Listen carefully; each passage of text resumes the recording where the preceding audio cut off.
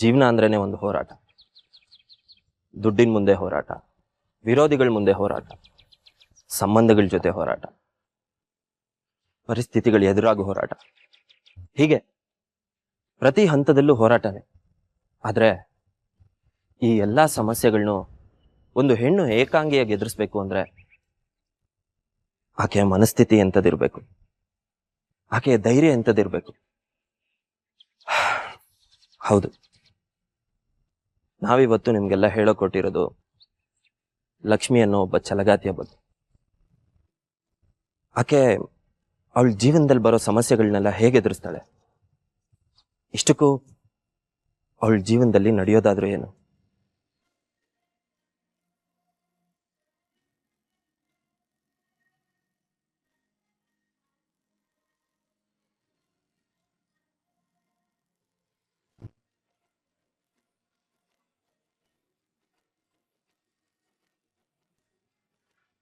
ಸೇರೊದ್ದು ಬಲಗಾಲಿಟ್ಟು ಒಳಗಡೆ ನಡಿಯಮ್ಮ.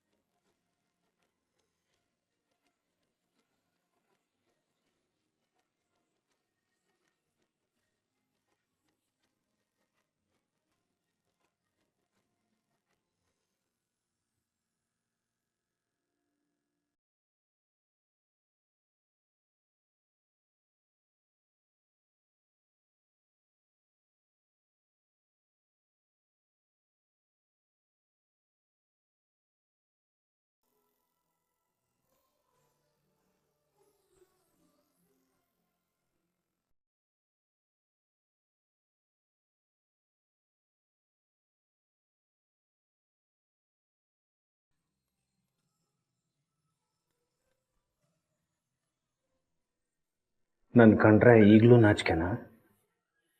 ಅಂತೂ ಫಾಲೋ ಮಾಡಿ ಮಾಡಿ ನನ್ನ ಮದುವೆ ಮಾಡ್ಕೊಂಡ್ಬಿಟ್ರಲ್ಲ. ನಿನಗೋಸ್ಕರ ಬರೀ ಫಾಲೋ ಅಲ್ಲ, ಏನು ಬೇಕಾದರೂ ಮಾಡ್ತೀನಿ. ಅದು ಸರಿ, ನೀವೇನು ಕೆಲಸ ಮಾಡ್ತೀರಾ? ಅಂದರೆ ಅಪ್ಪ ಅಮ್ಮನ ಜೊತೆ ಅಂಗಡಿ ನೋಡ್ಕೋತೀರಾ ಇಲ್ಲ ಬೇರೆ ಏನಾದರೂ ಮಾಡ್ತೀರಾ? ಸದ್ಯಕ್ಕೆ ಏನೂ ಮಾಡ್ತಾ ಇಲ್ಲ. ಮೊದಲು ಅಂಗಡಿ ನೋಡ್ಕೋತಾ ಇದ್ದೆ, ಆದರೆ ಆ ವ್ಯವಹಾರ ನನಗೆ ಯಾಕೋ ಅಡ್ಜಸ್ಟ್ ಆಗಲಿಲ್ಲ. ಅದಕ್ಕೆ ಬೇರೆ ಕೆಲಸ ಟ್ರೈ ಮಾಡ್ತಾ ಇದ್ದೀನಿ.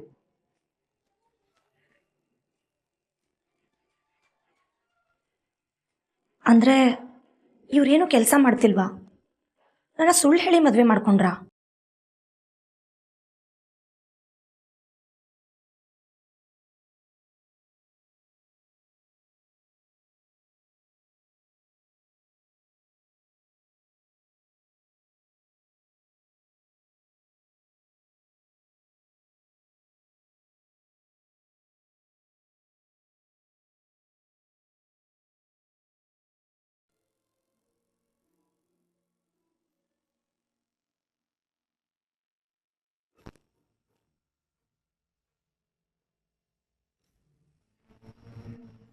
ಏನು ಯೋಚಿಸ್ತಾ ಇದೆಯಾ ವರ್ಷ? ಲಕ್ಷ್ಮಿ ಬಗ್ಗೆ, ಅವಳ ಮುಂದಿನ ಜೀವನದ ಬಗ್ಗೆ. ಅಲ್ಲ, ಅವಳು ಈಗ ತಾನೇ ಮದುವೆ ಆಗಿದೆ, ಯೋಚಿಸೋ ಅಂಥದ್ದು ಏನಾಗಿದೆ? ಅವಳ ಮದುವೆ ವಿಷಯದಲ್ಲಿ ನಾವು ದುಡುಕ್ಬಿಟ್ವಿ ಅನಿಸ್ತಾ ಇದೆ ರೀ. ಯಾಕೆ? ಅಳಿಯಂದ್ರಿಗೆ ಹೇಳ್ಕೊಳಕ್ಕೊಂದು ಕೆಲಸನೂ ಇಲ್ಲ, ಯೋಚನೆ ಆಗದೆ ಇರತ್ತಾ ಹೇಳಿ? ನೋಡುವ ಅರ್ಜ, ಕೆಲಸ ಇವತ್ತಲ್ಲ ನಾಳೆ ಸಿಗುತ್ತೆ. ಹುಡುಗ ಎಂಥವನು ಅನ್ನೋದು ಬಹಳ ಮುಖ್ಯ. ಉದಾಕರ, ಸಭ್ಯಸ್ಥ, ಒಳ್ಳೆ ಹುಡುಗ. ನನ್ನ ಮಗಳನ್ನು ಚೆನ್ನಾಗಿ ನೋಡ್ಕೊಂತಾನೆ ಅಂತ ನಂಬಿಕೆ ನನಗಿದೆ. ಆದ್ರೂ ನಮ್ಮ ಆತಂಕ ನಮ್ಗಿದ್ದೇ ಇರುತ್ತಲ್ವಾ? ಸರಿ, ನೀನೇನು ಜಾಸ್ತಿ ಯೋಚನೆ ಮಾಡಬೇಡ. ಅಳಿಯಂದ್ರಿಗೆ ಒಂದು ವ್ಯವಸ್ಥೆ ಮಾಡ.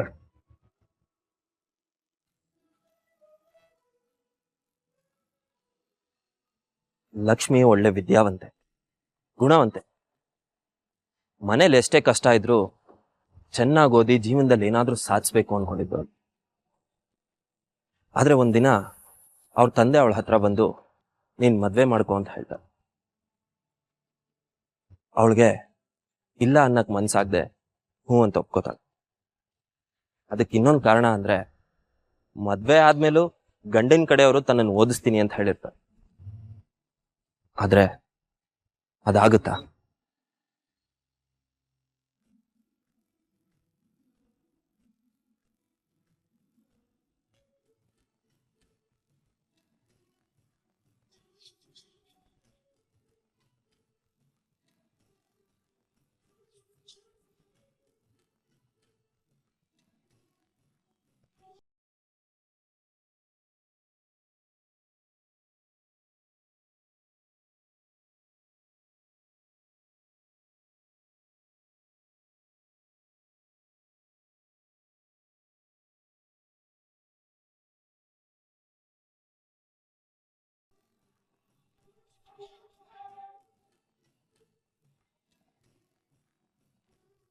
ಅಂತೂ ನಿಮ್ಮ ಸಹಾಯದಿಂದ ನನ್ನ ಮಗನ ಬದುಕಿಗೆ ಒಂದು ದಾರಿ ಆಯ್ತು.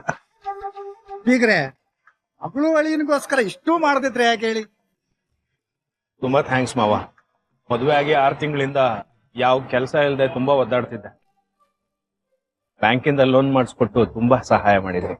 ಇದು ನಮ್ಮ ಕರ್ತವ್ಯ ಅಲ್ವೇನಪ್ಪ. ನೀವಿಬ್ರು ಚೆನ್ನಾಗಿದ್ರೆ ನಮ್ಗೆ ಅಷ್ಟೇ ಸಾಕು. ಶ್ರದ್ಧೆಯಿಂದ ವ್ಯಾಪಾರ ಮಾಡಿ ಒಳ್ಳೆ ಸ್ಥಿತಿಗೆ ಬನ್ನಿ. ಖಂಡಿತ ಮಾವ.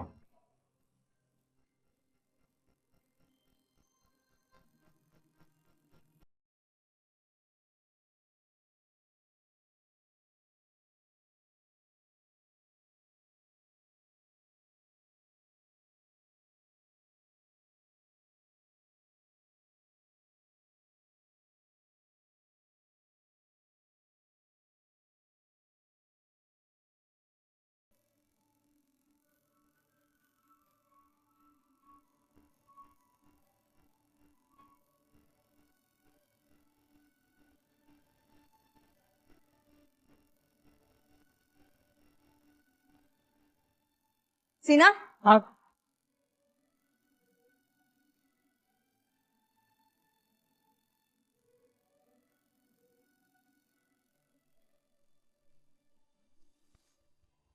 ಸೀನು, ನಾನ್ ಮನೆಗೆ ಹೋಗಿರ್ತೀನಿ. ರಾತ್ರಿ ಕೀ ಹಾಕ್ಬಿಟ್ಟು ಮನೆಗೆ ತಂದು. ಸರಿ ಅಕ್ಕ.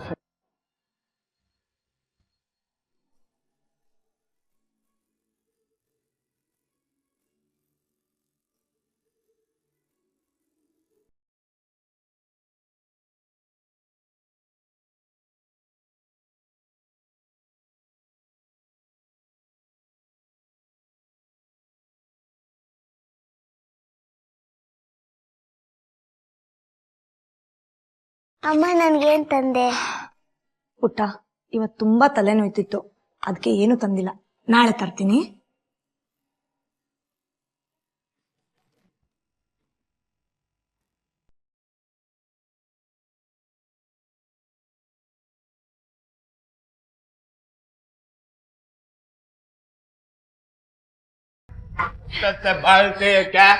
ರೀ, ಅದು ಮುಚ್ಚ ಬಾಯ್.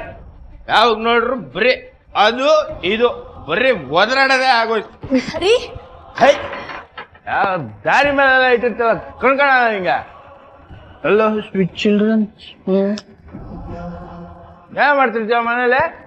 ಗಂಡ ಮನೆಗ್ ಬಂದ್ರೆ ವಿಚಾರಿಸ್ಕೊಳಕ್ಕಾಗಲ್ವಾ? ಕೆಲ್ಸ ಇದೆ. ಎಲ್ಲಿ ಇದ್ದಿನದ್ದು ವ್ಯಾಪಾರದ ದುಡ್ಡು ಅಲ್ಲ. ಯಾವ ದುಡ್ಡು ಇಲ್ಲ. ಆಹಾ ಅಮ್ಮಣ್ಣಿ, ನಂಗೆ ಗೊತ್ತೇ ನೀ ಎಲ್ಲಿ ಇಟ್ಟಿಸ್ತೀಯ ಅಂತ. ರೀ ಹಾ ರೀ, ಇಲ್ಲ ಅದ್ರಲ್ಲಿ ದುಡ್ಡು ಇಲ್ಲ ರೀ. ಸದ್ದು ಸೌಂಡ್ ಅಂದ್ರೆ ಅಲರ್ಜಿ ನಮ್ಗೆ. ರೀ, ಅದ್ರಲ್ಲಿ ಏನು ಇಲ್ಲ ಬಿಡ್ರಿ. ಸದ್ದು ಏನ್ ಬರೀ ಚಿಲ್ರೆ ಪಲ್ರೆ ಇಟ್ಕೊಂಡಿದ್ಯಾ? ಇದ್ರಲ್ಲಿ ಏನ್ ಬರುತ್ತೆ? ಇರ್ಲಿ, ಎಮರ್ಜೆನ್ಸಿಗೆ ಆಯ್ತದ. ರೀ, ಅಲ್ಲೇನು ಇಲ್ಲ ರೀ. ಗೊತ್ತೇ, ಇವೆಲ್ಲ ಹೆಣ್ಮಕ್ಳು. ರೀ, ನನ್ ಮಾತ್ ಕೇಳಿ.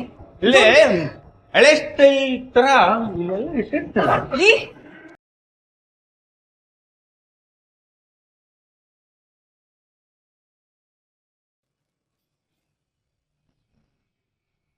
ರೀ,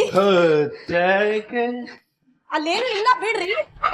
ನೋಡ್ತಿ ಅಂತಾನೆ ಇದೆಯಾ ಇಲ್ವ ಅಂತ. ಕಳ್ಳಿ ನೀನು ಇಲ್ಲೆಲ್ಲ ಇಟ್ಟಿರ್ತೀಯ ನೀನು.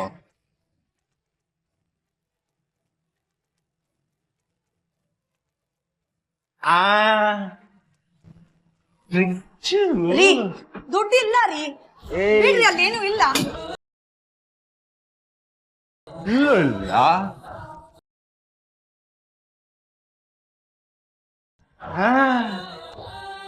ಕಳ್ಳಿ ನೀನು ಎಲ್ಲರೂ ರೀ ಅದ್ರಲ್ಲಿ ಏನು ಇಲ್ಲ ಬಿಡ್ರಿ, ಸಿಗಲ್ಲ ಹುಡ್ಕಲ್ಲ ಅಂತ ಅದ್ರಲ್ಲಿ ಏನು ಇಲ್ಲ ಬಿಡ್ರಿ. ಏನ್ ನೋಡ್ತೀನಿ ತಡಿಯಮ್ಮ. ರೀ ಇಲ್ಲ ರೀ ದುಡ್ಡು ಆ ದುಡ್ಡು ತಗೋಬೇಡಿ, ದುಡ್ಡು ಸಿಕ್ತು. ಆ ದುಡ್ಡು ಕೊಡಿ ಏಯ್! ಪ್ಲೀಸ್, ಆ ದುಡ್ಡು ತಗೋಬೇಡಿ. ನನ್ನ ಹತ್ರ ನನ್ ದುಡ್ಡು ಕಿತ್ಕಂತ ಹೇಳಿನ ದುಡ್ಡು ದುಡ್ಡು ಆ ದುಡ್ಡು ಕೊಟ್ಬಿಡಿ. ಏಯ್ ಬಾಯ್ ಬಾಯ್ ರೀ ರೀ ಆ ದುಡ್ಡು ಕೊಡ್ರಿ. ಏಯ್ ಬಾ. ರೀ.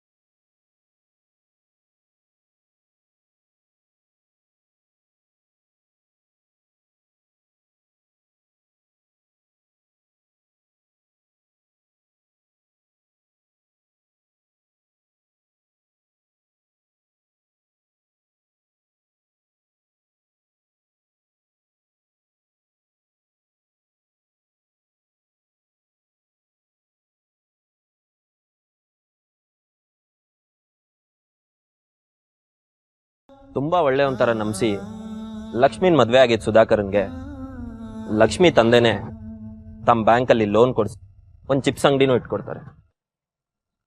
ಆದ್ರೆ ಸುಧಾಕರ್ ಮಾತ್ರ ಸಂಪೂರ್ಣವಾಗಿ ಬದಲಾಗ್ತಾನೆ. ಕುಡಿತದ ದಾಸ ಆಗಿರ್ತಾನೆ. ಮನೆ ಜವಾಬ್ದಾರಿಗಳನ್ನೆಲ್ಲ ಬಿಟ್ಟಿರ್ತಾನೆ. ದಿನ ಕುಡ್ಕೊಂಡ್ಬಂದು ಹೆಂಡತಿಗೆ ಹೊಡೆಯೋದು ಬಡಿಯೋದು ಮಾಡ್ತಿರ್ತಾನೆ. ಹೀಗೆ ಅವತ್ತು ಕೂಡ ಅವಳಿಗೆ ಹೊಡಿಬೇಕಾದ್ರೆ ಅಕ್ಕಪಕ್ಕದ ಜನ ಬಂದು ಲಕ್ಷ್ಮಿನ ಹಾಸ್ಪಿಟಲ್ಗೆ ಸೇರಿಸ್ತಾರೆ. ಜೊತೆಗೆ ಲಕ್ಷ್ಮಿ ಪೊಲೀಸ್ ಕಂಪ್ಲೇಂಟ್ ಕೂಡ ಕೊಡ್ತಾಳೆ. ತಮ್ಮ ಮುರಳಿ ಸಹಾಯದಿಂದ ಡಿವೋರ್ಸ್ಗೂ ಅಪ್ಲೈ ಮಾಡ್ತಾಳೆ. ಮುಂದೆ